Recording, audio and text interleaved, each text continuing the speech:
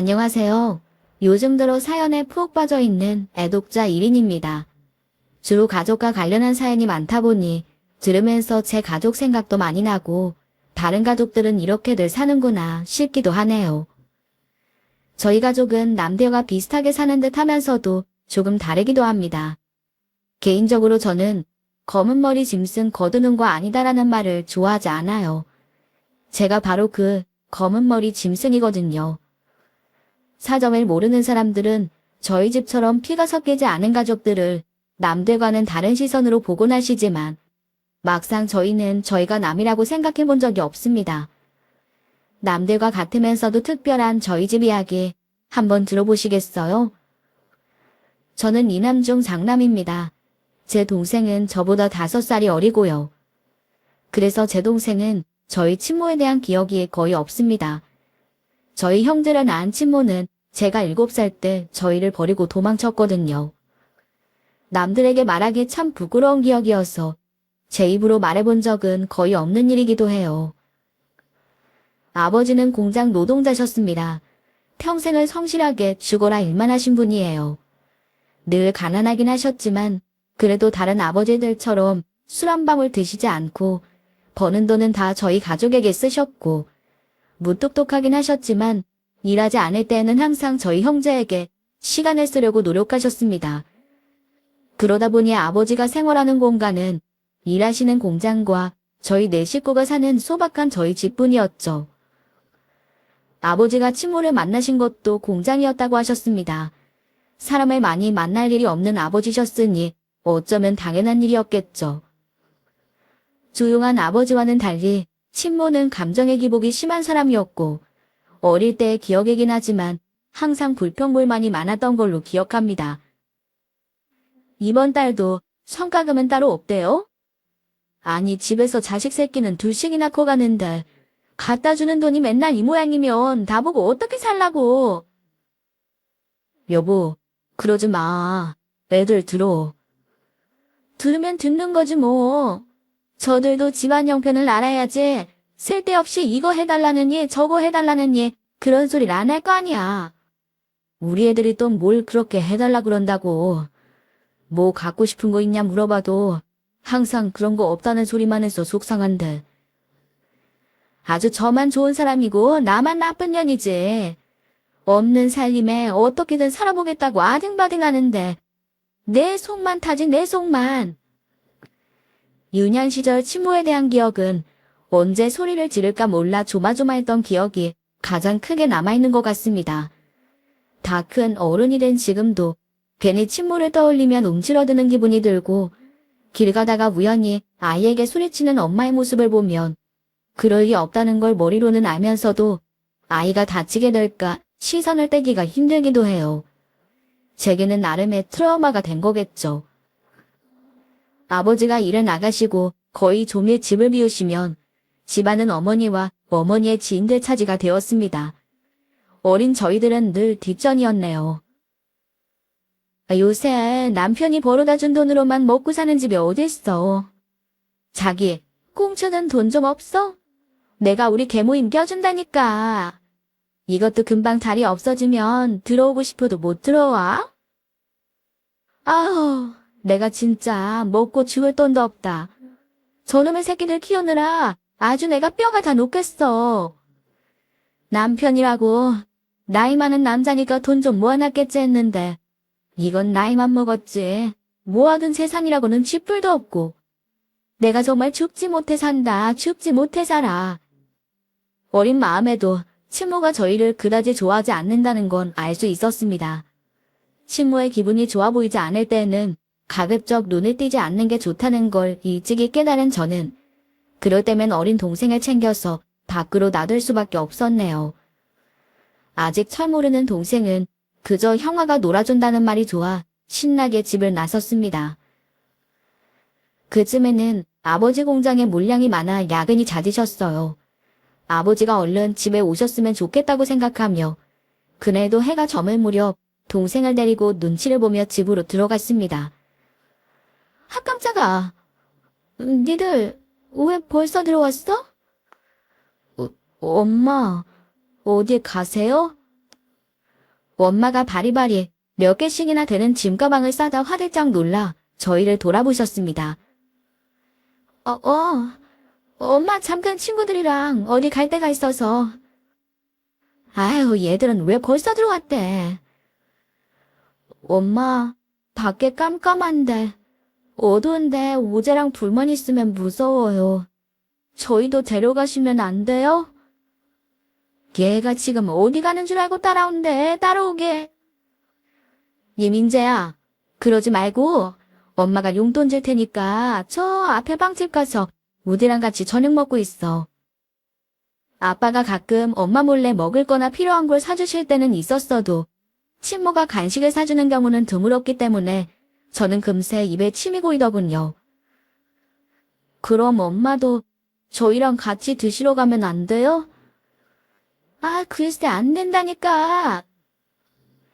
맛있는 걸 친모와 함께 먹고 싶다는 마음에 묻는 제 말을 친모가 단칼에 잘랐습니다. 그렇게 저희 형제는 집에서 쫓겨나듯 빵집으로 향했네요. 빵집에서 빵을 다 먹고도 일찍 들어가면 아까처럼 친모에게 혼이 날 것 같아 한참을 동네를 돌아다니다 집으로 들어갔어요. 그런데 집 대문이 훤히 열려 있었습니다. 아빠, 언제 오셨어요? 민재야, 너희 엄마 못 봤어? 제게 묻는 아버지 말투가 다급했습니다. 엄마는 아까 친구 만나러 간다고 하셨어요. 저희 빵집에서 저녁 먹으라고 해서 오재랑 같이 계속 밖에 있었어요. 아버지는 반쯤 정신이 나간 것처럼 보였습니다. 심상치 않은 기색에 어린 마음에도 무서운 마음이 들기 시작하더군요. 아빠, 엄마 친구 만나러 간 거 아니에요? 엄마 어디 갔어요? 아버지는 차마 대답도 못하시고 그만 그 자리에 털썩 주저앉으셨습니다. 아빠 왜 그래요? 아빠 괜찮아요? 울지 마세요, 아빠. 넋놓고 흐느끼는 아버지를 보며 제가 울먹이자 아무것도 모르는 동생도 이상한 낌새를 느낀 건지 울기 시작했어요. 그렇게 친모는 저를 버리고 떠났습니다. 저 위층 민재 엄마 말이야. 그냥 애들만 두고 도망간 게 아닌가 보더라고. 글쎄 애 아빠가 나중에 애들 대학 보낼 때 등록금으로 쓴다고 모아둔 적금까지 콜라장 빼가지고 도망간 모양이야. 아유, 모질다 모질어. 남편이야 그렇다 치더라도 지 배로 낳은 제 새끼들을 둘이나 내버리고 가는 것도 부족해서 애들 학비까지 훔쳐먹어? 그런 것도 엄이라고 참. 애들만 불쌍하지. 왜 그 바람난 놈도 말이야. 애들 아버지 감구래잖아. 그렇게 애들 아빠만 콕 집어서 잔업을 시키고 괴롭히더니 그게 다 그 마누라랑 문이 맞아 그랬대잖아. 어머, 짐승 새끼가 따로 없네 그냥.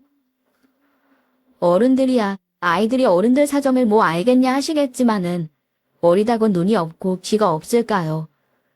물론 엄마 없이 남겨진 불쌍한 아이들이 걱정스러운 마음도 없진 않으셨겠지만 이런 좁은 동네에서 이런 사건은 가루가 되도록 씹고 뜯고 즐기는 가십이자 유흥일터였습니다. 그리고 그런 주위 어른들이 말 한마디 보탤 때마다 알고 싶지 않은 사실들이 눈덩이처럼 불어 저희 형제들의 여린 가슴에 그대로 생채기가 되어 남았네요. 친모가 떠난 뒤 아내를 잃은 것도 모자라 그간 몸을 갈아가며 모은 얼마 되지 않은 재산까지 싹 잃어버린 아버지는 좀처럼 기운을 차리지 못하셨습니다. 생전 드시지도 않던 술도 드시고 어린 저희 앞에서 우는 모습도 자주 보이셨네요. 엄마도 이제 없는데 아빠까지 잘못될까봐 어린 마음에도 너무 무서웠습니다. 술을 드신 친구 아버지께 친구 어머니가 꿀물을 타서 드리던 것을 떠올리고 꿀 대신 설탕을 물에 타서 아버지께 드리며 말했어요. 아빠, 이것 좀 드셔보세요. 민재야, 미안하다. 어린 너한테 이리 못할 짓을 하고. 아빠가 미안해. 정말 미안해. 다음 날부터 아버지는 술을 드시지 않으셨습니다. 예전보다도 더 말수가 적어지셨지만 성실히 공장에 나가셨고 여전히 저희 형제들에게도 다정했어요. 오히려 친모가 집에 있을 때보다 가슴 졸일 일이 없으니 나름대로 저희 세 부자끼리 지내는데도 금방 익숙해지더군요. 하지만 다른 사람들이 보기에는 그렇지가 않았던 모양이에요. 야, 너네 엄마 바람나서 도망갔다며? 뭐? 우리 엄마가 그랬어. 너네 엄마 바람나서 남자랑 도망갔다고. 자식도 버리고 갔다고. 너네 엄마 없잖아. 맞지? 어린아이라고 아무것도 모르는 게 절대 아닙니다. 집에서 부모가 물어다주는 온갖 소문을 받아먹고는 너무도 쉽게 상처받은 아이들에게 돌을 던지죠. 그때 그 아이에게도 엄청난 악의가 있는 것은 아니었을 겁니다. 하지만 그때는 정말 그 애를 죽이고 싶었어요. 아니야. 우리 엄마 도망간 거 아니야. 아니긴 뭐가 아니야. 이 거짓말쟁이야. 집 밖에서 짓궂은 또래 아이들과 싸우는 일이 잦아졌습니다. 그럴 때마다 연신 고개를 숙이는 아버지를 보며 죄송한 마음도 들었지만 왜 나는 잘못도 없는데 매번 아버지가 사과를 하는 건지 서러운 마음이 앞서더라고요. 아빠, 친구한테 나쁜 말 하면 안 된다고 하셨잖아요. 저 친구가 나쁜 말 한 건데, 제가 잘못한 건데 왜 저를 혼내세요? 왜 아빠가 사과하세요? 민재야, 그렇다고 친구가 잘 몰라서 하는 소리를 듣고 친구를 때리면 돼? 그럼 안 돼. 형이 하는 건 전부 좋은 줄 알고 따라하는 우재가 너처럼 친구들이랑 싸우고 다녀도 괜찮아? 제 최대의 약점인 동생을 언급하는 아버지에게 아무 대꾸도 할 수 없었습니다. 어린 마음에 서름이 켜켜이 쌓이고 있었지만 저 때문에 매번 학교에 불려오시는 아버지나 어린 동생을 위해서라도 제 억울한 마음은 꾹꾹 눌러야만 했어요. 지금의 어머니를 만난 것이 바로 그 무렵입니다. 어느 날 아버지께서 아버지 친구를 소개시켜주겠다면서 평소에 잘 입지 않고 아껴둔 좋은 옷을 꺼내 입히시고는 시내의 경양식집으로 저와 동생을 데리고 가셨습니다. 안녕, 민재야, 우재야. 반가워. 아줌마 처음 보지? 안녕하세요. 아버지가 아들들이 아주 헌칠한 미남이라고 그렇게 자랑을 하시길래 허풍을 떠시나 했더니 정말 잘생겼네. 아줌마가 민재랑 우재 정말 많이 보고 싶었어. 진짜 반갑다. 첫인상부터 선한 기운을 풍기던 어머니가 처음부터 마음에 들었습니다. 나긋나긋 부드러운 말씨는 항상 소리부터 지르며 말을 시작하던 친모와는 달라도 너무나 달랐으니까요. 낯가림이 심하던 동생은 제 뒤에서 어머니 눈도 제대로 마주치지 못했지만 그래도 자꾸 어머니 쪽을 헬끔헬끔 보는 것이 동생 마음에도 든 눈치였네요. 그 무렵 저희 형제를 보는 어른들의 시선은 엄마 없는 티가 나는 아이에 대한 치근함이나 은근한 멸시가 대부분이었기에 어머니의 애정 가득한 시선은 마음을 간지럽게 했어요. 앞으로 아줌마가 민재랑 우재랑 함께 지내고 싶은데 그래도 될까? 아직 많이 어색하겠지만 아줌마가 민재 우재랑 같이 매일 밥도 먹고 이야기도 많이 하고 학교 공부도 봐주면 금세 친해질 수 있을 것 같은데 그럴 수 있겠어? 아줌마는 정말 좋은 분이셔. 아빠하고 그랬던 것처럼 우리 민재, 우재하고도 아주 잘 지내주실 거야. 저희를 설득하는 아버지 말에 고개만 끄덕이며 어머니께서 접시에 덜어주신 고기 조각을 열심히 씹었습니다. 그날부터 어머니는 저희 삼부자와 함께 살게 되었네요. 민재, 준비물은 다 챙겼니? 우재야, 양말 짝짝이로 신으면 안 되지. 엄마가 다시 신겨줄게. 자, 이리 보자. 지금 생각해보면 피 한 방울 안 섞인 생판 처음 보는 남자아이를 그것도 둘씩이나 어떻게 그렇게 살뜰히 챙기실 수 있으셨는지 모릅니다. 아줌마가 좋은 분이라는 아버지 말씀은 참말이었어요. 친엄마도 저희에게 이렇게 다정하게 군 적이 없었는데 화를 내기는커녕 늘 웃는 얼굴로 다정하게 말을 걸어주시는 어머니에게 마음을 열지 않을 수가 없었네요. 엄마. 처음 동생이 어머니께 엄마라고 불렀을 때의 어머니 표정은 지금도 잊혀지지가 않습니다. 두 눈에 눈물방울이 그렁그렁 맺힌 어머니를 보며 저도 동생처럼 엄마라고 불러보고 싶었지만 친모에 대한 기억이 거의 없는 동생과 달리 그 존재를 기억하는 저로서는 어머니가 좋으면서도 쉽게 엄마 소리는 나오지 않았어요. 괜찮아, 민재야. 아줌마도 아주 어릴 때 부모님이 다 돌아가시고 다른 집에 살게 된 적이 있어. 그때 새 부모님께 엄마 아빠라고 불러야 된다는 걸 아는데도 쉽게 그 소리가 안 나오더라고. 그래서 아줌마도 민재 마음 다 알아. 민재가 내키지 않으면 엄마라고 부르지 않아도 돼. 언젠가 민재가 그렇게 불러준다면 아줌마는 정말 기쁘겠지만 그러지 않아도 민재는 이미 아줌마에게 소중한 아들이야. 제 마음을 귀신같이 읽어내고 하시는 말씀에 초조했던 마음이 조금은 진정되는 것 같았습니다. 그리고 어머니도 일찍 엄마를 잃었다는 말에 조금은 동질감 같은 것도 느꼈던 것 같습니다. 어머니가 하셨던 말씀처럼 그 이후로도 어머니께서는 호칭 문제로 제게 단 한 번도 부담을 주지 않으셨고 한동안 저는 어머니를 아줌마라고 불렀어요. 그렇게 어머니와 함께 살게 된 지도 1년 가까이 되었습니다. 이제 저에게도 부엌에서 식사를 준비하시고 저희 공부를 함께 봐주시는 어머니 모습이 일상이 되었죠. 학교에 다녀와서 그날 하루 있었던 일을 어머니께 조잘조잘 떠들어대는 일에도 익숙해졌습니다. 내게도 이제 정말 엄마가 생긴 걸까 하루하루 들뜨는 기분이었어요. 그날도 학교에 다녀온 후 동생과 셋이서 저녁을 먹고 있는데 집으로 한 통의 전화가 걸려왔습니다. 아빠가 일하시던 공장에서 화재가 발생했다는 연락이었어요. 헐레벌떡 뛰어가는 어머니 뒤를 동생과 함께 울면서 뒤쫓았네요.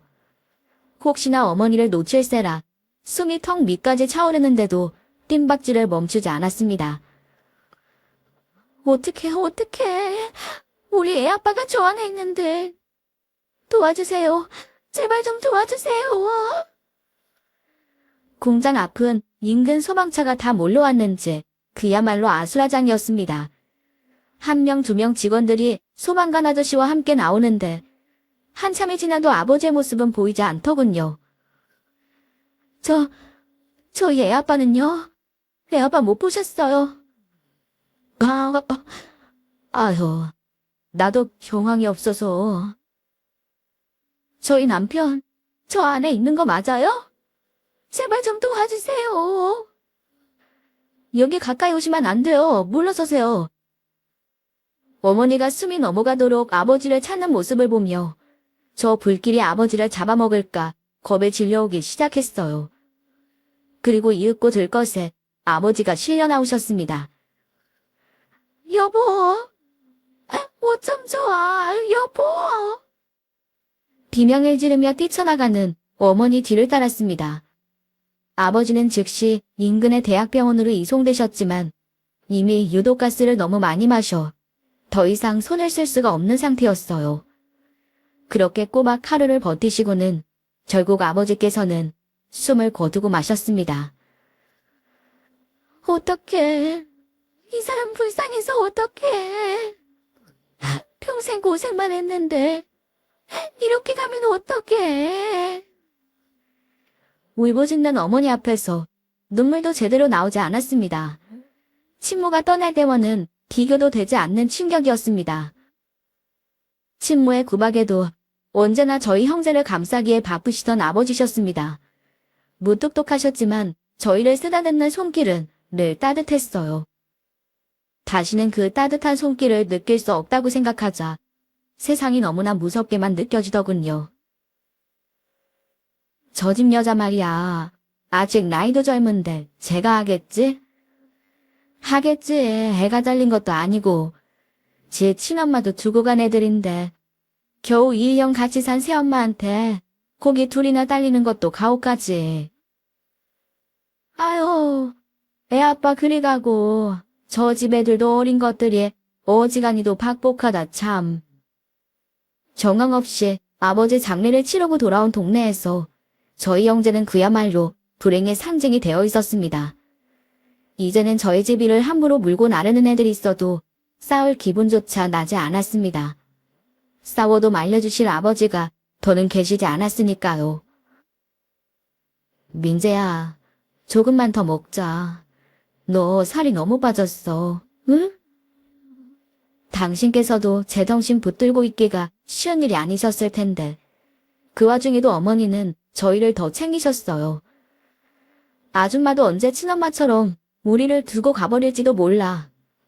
괜한 자존심에 어머니 손길을 피하면서도 정말로 어머니가 떠나시고 저희 형제 둘만 남게 될까봐 너무나 무서웠습니다. 동생은 아버지가 돌아오지 않자 평소보다 더 어머니께 치내기 시작했습니다. 엄마, 아빠 언제 와? 아빠 얘기하지 마. 민재야, 왜 동생한테 소리를 지르고 그래? 그러지 마, 응? 아빠 이제 안 오잖아요. 엄마처럼 아빠도 이제 안 오잖아. 그간의 서름과 슬픔, 불안이 한꺼번에 터져버린 제가 주저앉아 엉엉 오열하자 어머니께서도 저를 붙잡고 오열하기 시작하셨네요. 민재야, 엄마도 아빠도 안 돌아와도 우리 민재랑 우재 옆에 아줌마가 항상 있을 거야. 아줌마는 절대로 너희 옆에서 안 떨어질 거야. 그러니까 울지 마, 민재야. 엄마, 엄마. 어머니와 부둥켜 안고 온몸에 수분이 다 빠져나갈 정도로 실컷 눈물을 흘리고서야 어머니께 처음으로 엄마라고 부를 수 있었습니다. 그렇게 저희는 정작 피가 섞인 친모와 아버지가 다 떠나고 나서야 진짜 새 식구가 될 수 있었습니다. 아버지 없는 생활은 쉽지 않았어요. 공장에서 근무하시다 화재로 돌아가셨으니 보상금이 나오긴 했지만 가뜩이나 쪼들리는 저희 집 형편에 유일하게 경제활동을 하시던 아버지의 공백은 치명적이었습니다. 결국 아버지가 돌아가신 지 얼마 되지 않아 어머니께서는 가정부로 일을 나가기 시작하셨습니다. 익숙지 않은 남의 집 살림을 살아주느라 어머니는 늘 근육통을 달고 사셨어요. 이제는 저도 초등학교 고학년이 된지라 간단한 살림 정도는 저 스스로 할 수 있게 되었습니다. 우재 챙기고 너 공부하는 것만으로도 바쁠 텐데 그냥 두라니까. 괜찮아요. 엄마는 밖에서 일하느라 더 고생하시잖아요. 이제 저도 이 정도는 할 수 있어요. 나도 할 수 있어. 이거 나랑 형이랑 같이 했어요. 가난하지만 서로를 배려하고 아껴주며 고단하지만 행복했습니다. 어머니는 저희 때문에 그리 고생을 하시면서도 늘 제게 미안해하셨어요. 엄마가 일하러 다닌다고 너 공부도 제대로 못 봐줘서 미안한데 어린 너한테 집안일까지 시키니 면목이 없어 그래. 그러지 마세요. 가족끼리 누가 좀 더 하면 뭐 어때요? 아들한테 좀 시키실 수도 있죠. 저 엄마 아들이라면서요. 아들이지 그럼. 아들이고 말고. 세상 무얼 줘도 바꿀 수 없는 귀한 내 아들이지. 우리 민재 우재. 어머니가 저희를 우리 아들이라고 할 때면 정말 행복했습니다. 정말 말뿐이 아니라 저희를 낳아놓고도 버린 친모보다 지금의 어머니가 제겐 더 엄마 같았어요. 제게도 어머니는 세상 모여줘도 바꿀 수 없는 세상에 단 하나뿐인 귀한 어머니셨네요. 늘 가정부 일로 고단하실 어머니를 한 번이라도 더 웃게 해드리고 싶어 공부도 열심히 했습니다. 다행히 공부에 소질이 있는 편이라서 성적표가 나올 때면 온 세상 시름을 다 잊은 듯 환히 웃는 어머니 얼굴을 볼 수 있어 기뻤어요. 동생도 형인 저를 따라 공부하는 습관을 들이기 시작하며 저는 한때 친모에게 버림받고 쌈박질이나 일삼던 불량한 아이에서 어려운 가정 형편에서도 훌륭히 성장한 모범생으로 탈바꿈했습니다. 저 집 애들이 참 대단해. 친엄마 그렇게 집 나가고 애들 아빠까지 그렇게 안 좋게 갔는데 애들이 엇나갈 법도 한데 둘 다 공부도 참 잘하고 얼굴도 훤칠한 것이 어린 것들이 참 기특하다니까. 인사성도 얼마나 밝은지 애들 엄마가 가정교육을 잘 시키는 모양이야. 그 애들 엄마란 사람도 보통 사람은 아니지. 요새 같은 세상에 제 친자식도 아닌데 그런 지극정성이 없어. 여자 혼자 벌어 애 둘 키우는 게 어디 보통 사람이 할 일이야? 그런데도 늘 웃는 낯으로 다니고 애들도 보고 배운 게 그런 거니 더 어른 공경할 줄 아는 게지. 친엄마도 버린 애들이라며 뒤에서 타박할 땐 언제이고. 여론이라는 게 참 재미있습니다. 여전히 남의 집 일 떠들길 좋아하는 어른들이나 가정환경 운운하며 시비 거는 아이들이 참 싫었지만 그럴수록 더 웃는 낯을 하고 다녔어요. 어머니께 걱정을 끼치고 싶지 않기도 했지만 그건 평소 어머니의 가르침이시기도 했습니다. 웃는 낯에 침 못 뱉는다는 게 허튼 소리가 아니야. 사람 심리라는 게 저가 시비를 걸어놓고도 대거리 안 하고 참하게 한번 웃어주면 도리어 저가 더 민망해지는 거거든. 그걸 보는 주변 사람들은 또 어때? 저쪽에서 먼저 잘못을 해도 받아치면 둘 다 똑같은 취급을 해버리잖아? 그런 사람들에게도 웃는 낯을 보여주면 아, 저 사람은 저렇게 시비가 걸려도 너그럽게 받아들이고 넘길 줄 아는 사람이구나. 저 사람보다 훨씬 큰 사람이구나 하는 법이야. 그게 당장 화를 못 내니까 손해 갔지만 길게 보면 결국 이기는 거야.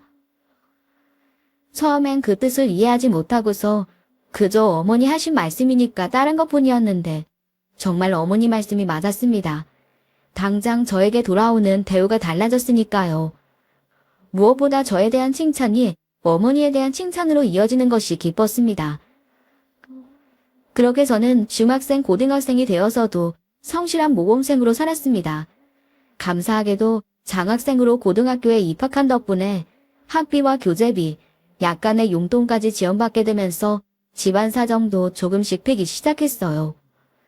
이제 제법 어른 태가 나게 되자 늦게까지 일하시는 어머니를 모시러 가는 일도 잦아졌습니다. 공부하느라 힘들 텐데 짬이 나면 집에 가서 조금이라도 더 자지. 뭐하러 여기까지 왔어? 몸이 찌뿌둥해서 운동 겸 나왔어요. 하루 종일 책상에만 앉아있으니까 좀이 쑤셔서 못 견디겠어. 무슨? 너 밤늦게 엄마 혼자 다닌다고 걱정해서 나온 거 엄마가 모를 줄 알아? 아유, 우리 아들 다 키웠다 다 키웠어.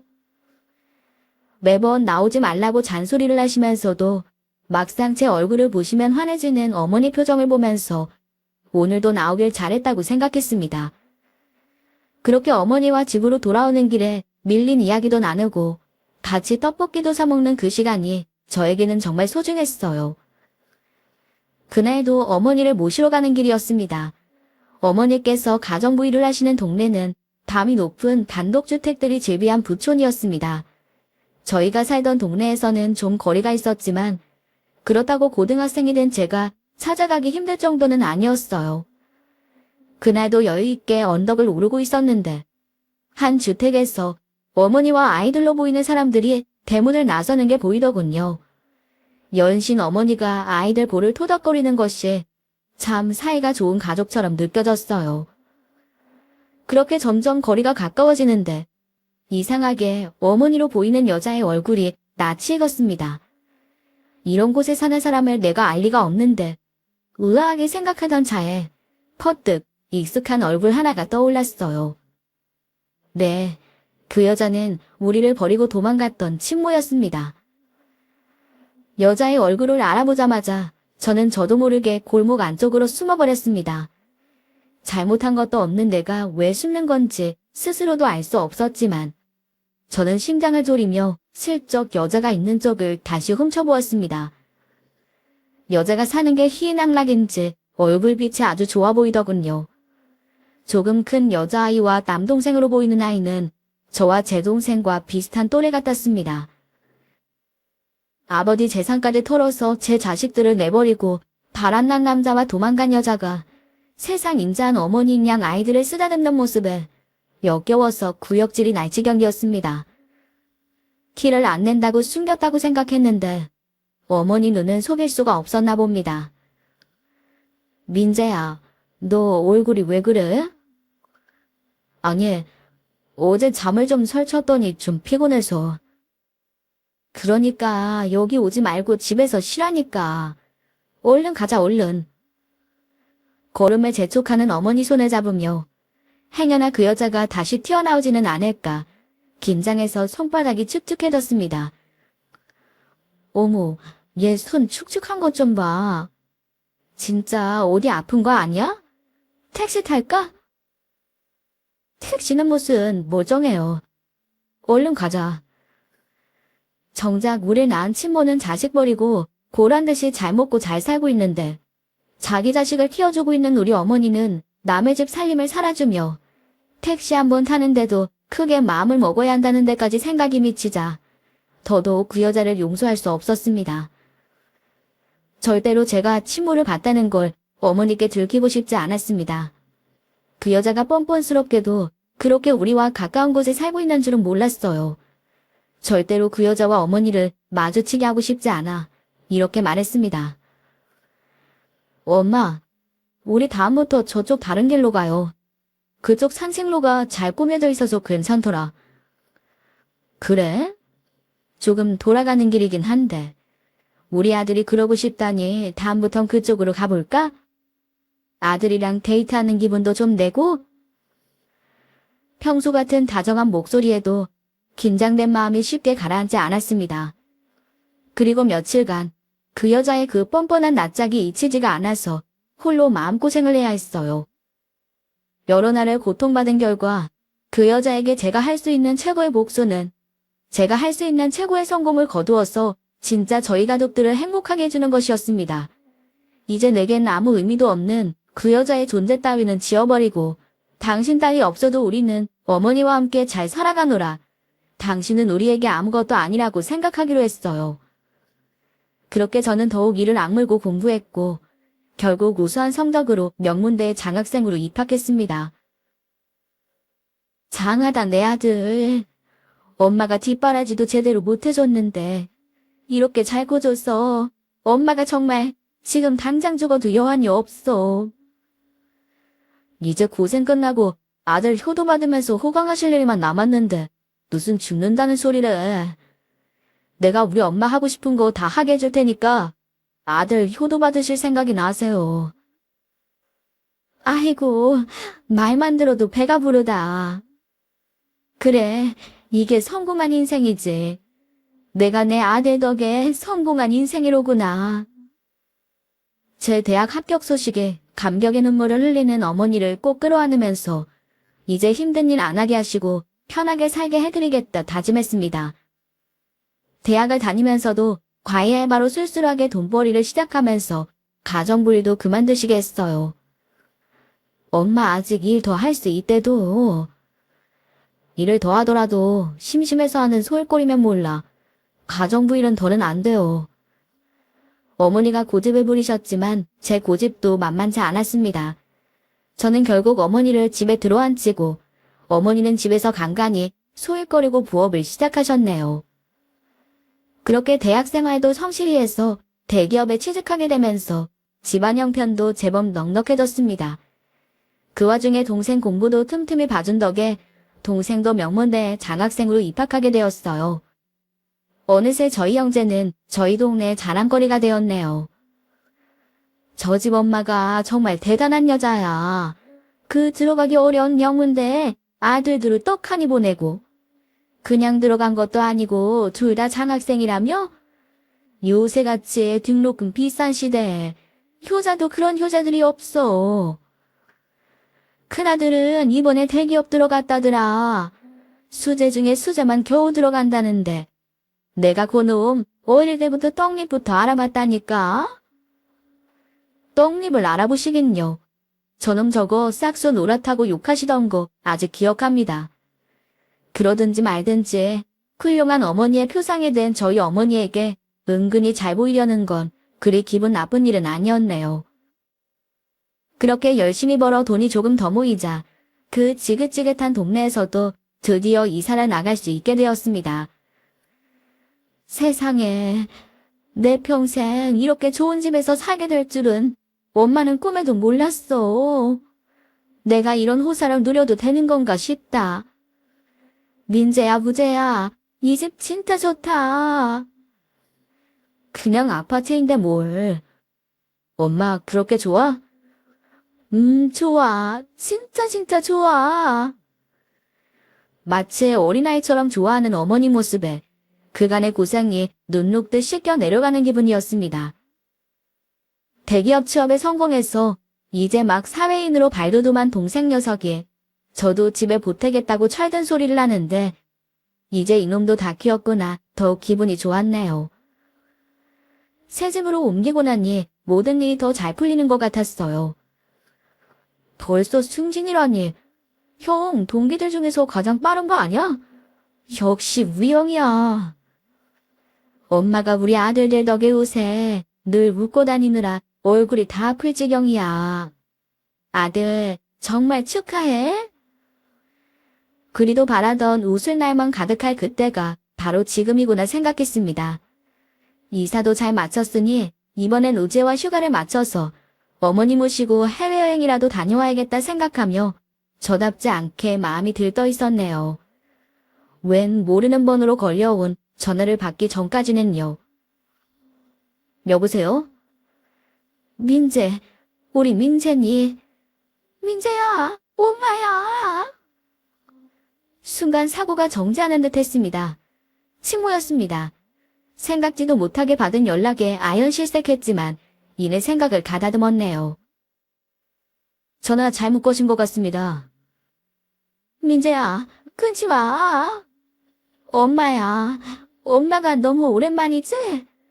엄마가 우리 민재 너무 보고 싶었어. 이게 무슨 정신 나간 소린지 씨알도 먹히지 않을 소리를 떠들어대는 여자와 말을 섞고 싶지 않았어요. 저희 어머니는 저희 집에 잘 계시고요. 할 말 없습니다. 연락하지 마세요. 민재야. 뭐라고 하든 말든 더 들을 말도 없었던 저는 전화를 끊어버렸습니다. 여러 차례 다시 전화가 걸려오기에 스팸 등록을 하고 나니 혹시 이 정신 나간 여자가 어머니나 동생한테 연락을 하는 건 아닌가 갑자기 불안해졌어요. 우재야, 혹시 모르는 번호로 연락 온 거 없어? 아니, 왜? 무슨 일 있어? 아니, 요새 돈 빠져나가는 스팸이 많대서. 모르는 번호는 그냥 받지 마. 어머니께도 혹시 몰라 당부를 해두었습니다. 어머니, 혹시 집이나 어머니 휴대폰으로 이상한 연락 오거나 하진 않았죠? 왜? 넌 무슨 연락 받은 거 있니? 어머니 반응이 동생과는 달랐습니다. 순간 제 촉이 확 왔죠. 어머니, 혹시 연락 받으셨어요? 제 완전하지 않은 문장에도 어머니가 대본에 그 뜻을 이해하셨습니다. 잠시 숨을 고르시더니 이내 어머니께서 말씀하셨네요. 실은 네 친어머니한테서 연락을 받았다. 당장에 그 정신나간 여자의 겸을 치고 싶었습니다. 그 미친 여자가 어머니께 어떤 막말을 떠들어댔을지 생각하니 정신이 아득해지더군요. 그 여자가 뭘 앞딜까? 어머니한테 험한 소리는 안 해요. 너희들을 만나고 싶대. 지가 뭐라고 우릴 만나요? 아무것도 아닌 여자가. 너희가 그럴 걸 아니. 나도 그렇게 얘기했어. 나타나지 말라고. 그거 말고는요. 또 무슨 정신나간 소리 안 해요? 그러자 어머니께선 이 말을 전해야 하나 한참을 고민하시더니 말씀하셨어요. 피도 한 방울 안 섞인 여자가 무슨 권리로 제 아들 보는 걸 막느냐고 소리를 지르더라고. 내가 그냥 나만 알고 넘어갈까 했는데 그 여자 기세가 곧 집으로 쳐들어오지 싶어서 너한테도 말하는 거야. 너랑 내 연락처도 알아냈는데 집 주소 알아내는 건 일도 아니지 싶어서. 이 빌어먹을 여자가 기어이 사달을 낸 모양이었습니다. 진작 저한테 말씀을 하셨어야죠. 어머니가 왜 그런 여자한테 그따위 소리를 들어야 돼요. 그래도 너희들 낳아준 여자잖아. 칼같이 긋기에는 너희에게 묻지도 않고 내가 그래도 되나 싶기도 하고. 그게 무슨 말씀이세요? 어머니한테 그럴 권리가 없으면 대체 누구한테 그럴 권리가 있어요? 지금이라도 알아 망정이지. 어머니 앞으로 절대 그 여자 전화 받지 마세요. 저는 당장에 보안업체에 연락을 해 집 앞에 CCTV부터 달았습니다. 어떻게 읽어낸 행복인데 감히 쟤 가진 여자가 그걸 부수한답니까? 내 앞에 나타나기만 해봐라. 저는 이를 부득부득 갈았습니다. 사태가 이 지경이 되었으니 동생에게도 마냥 숨길 수만은 없어 사정을 설명했어요. 저보다 친모에 대한 기억이 더 없는 동생의 반응은 싸늘하더군요. 난 그 여자한테 화도 안 나. 그냥 모르는 여자니까. 형이나 우리 엄마 못살게 굴기만 굴어봐. 내 당장에 감옥에 쳐넣을 테니까. 머지않아 진짜로 그 여자가 집 앞으로 찾아왔습니다. 저희 둘 다 출근하고 어머니 혼자 집에 계시는데 문을 쿵쿵 두드리며 난리를 치더랍니다. 눈 열어. 내가 내 아들 만나겠다는데 네가 뭔데 막아. 당장 이 문 열지 못해. 그 여자의 만행이 고스란히 담긴 CCTV 화면을 확인하며 이 여자를 요절해내겠다 다짐했어요. 그렇게 저희 형제가 모두 집에 있는 주말 그 여자가 다시 한번 문을 두드렸습니다. 저는 문을 벌컥 열고 그 여자 앞을 막아섰죠. 이 정신 나간 여자가 여기가 어디라고 찾아와. 복도를 쩌렁쩌렁 울리는 제 호령에 여자가 움찔 겁을 먹었습니다. 여자의 행색은 마지막으로 고등학교 때 보았을 때보다 형편이 없더군요. 그럼 그렇지. 기댈 데가 없어지니 지 친자식 뜯어먹으러 기어왔구나. 보지 않아도 능히 짐작할 수 있었습니다. 민재야, 엄마가 얼마나 보고 싶었는지 몰라. 감히 그 입에 내 이름 올리지 말아요. 역겨우니까. 보아하니 달아난 남자한테는 버림받은 모양이죠? 너 무슨 말을. 철윤을 그렇게 말하는 거 아니야, 응? 철윤 같은 소리하고 자빠졌네. 지 자식도 내다버리는 여자가 웃기지도 않게. 제 신랄한 말투에 여자의 얼굴이 시뻘겋게 달아올라 이렇게 변명을 하더군요. 아니야. 내가 진작 너희들 찾았는데 저 빌어먹을 여자가 중간에서 너희를 가로채고 감히 누구한테 그 더러운 시드기를 놀려. 내 아들 내가 찾겠다는데 저 여자가 중간에서 이간질한 거야. 민재야, 속으면 안 돼. 제 고함 소리에 놀란 어머니께서 집에서 뛰쳐나오셨습니다. 이내 그 여자가 어머니를 보고 이렇게 소리쳤어요. 저 뻔뻔한 여자가 내 아들 훔쳐가고도 모자라서 내가 몇 년이나 너희들을 찾은 줄 아니? 그때마다 저 여자가 뻔뻔히 가로막았어. 지 아들도 아니면서 내 걸 뺏으려고. 이 미친 여자야, 말 가려 못해. 우리 아버지 재산 다 빼돌려서 남자랑 내뺀 더러운 여자가 감히 누가 누굴 뺏어. 당신은 우리한테 아무것도 아니야. 당장 눈앞에서 나 잡아줘도 내가 눈 하나 깜짝 하나 봐라. 가서 니 그 귀한 새끼들하고나 잘 살아. 아니야. 걔들 내 애들 아니야. 내 자식은 너희뿐이야. 내가 내 배 아파 너희들 낳았는데 정말 엄마를 이렇게 버릴 거야? 응? 이제야 당신한테도 천벌이 내리는 모양이지. 웃기지 마. 당신 길바닥에서 비명행사하는 날 내가 돈에 잔치를 할 테니까. 아주 속이 다 시원하다. 꼴 좋다. 그간의 한을 다 토해내듯 여자에게 쏟아내자 엉엉 우는 여자 꼴이 참 추했습니다. 그때 슬그머니 동생이 밖을 내다보더군요. 형, 엄마, 이제 그만 들어가자. 우재니, 너 우재야. 그러는 댁은 누구신데요? 혹여 저와 다른 반응일까 기대감에 찬 여자에게 동생이 싸늘히 대꾸했어요. 그 말을 끝으로 동생이 어머니를 모시고 들어가 버렸죠. CCTV에 당신 폐압 다 찍혀 있으니 감옥 가고 싶으면 어디 한번 또 나타나 봐. 하긴 길바닥에서 죽는 것보단 감옥이 나을 수도 있겠네. 저도 여자를 내버려둔 채 집으로 들어왔습니다. 그 여자가 거기서 오열하다 쓰러지든 말든 그건 제 알 바 아니고 어머니 마음이 다치셨을까 오로지 그 걱정뿐이었네요. 엄마, 그 여자가 몇 년이나 엄마를 괴롭힌 거야? 제 물음에 엄마가 움찔하시더니 이내 울먹이며 어렵게 입술을 떼시더군요. 저 여자 적군하고 나서 몇 년 전에 너 막 입사했을 때 어디서 너 대기업 다닌다는 소리를 들은 모양인지 남의 아들 두고 호강하니 좋으냐면서 지 아들 돌려달라고 아글아글 쓰더라. 그럼 진작 우리한테 말을 했어야지. 그러지 않으리란 걸 알면서도 내가 너희를 낳지 못한 게 자격지심이 들었나 봐. 이날이 때껏 내 아들들로 키웠는데 한순간에 침몰하며 너희들 빼앗으려 드는 저 여자한테 분명히 너희가 그럴 리 없다는 걸 머리로는 알고 있는데 가슴으로는 너희들 이럴까봐 그래서 말할 수가 없었어. 감히 어머니가 그런 생각을 하게 만들다니. 아까 내가 저 여자한테 더 대못을 박았어야 하는데 후회스러운 마음이 들었습니다. 엄마, 우리한테 엄마 말고 또 누가 있어. 엄마 진짜 저런 끔찍한 여자한테 우리 뺏길 생각이었어?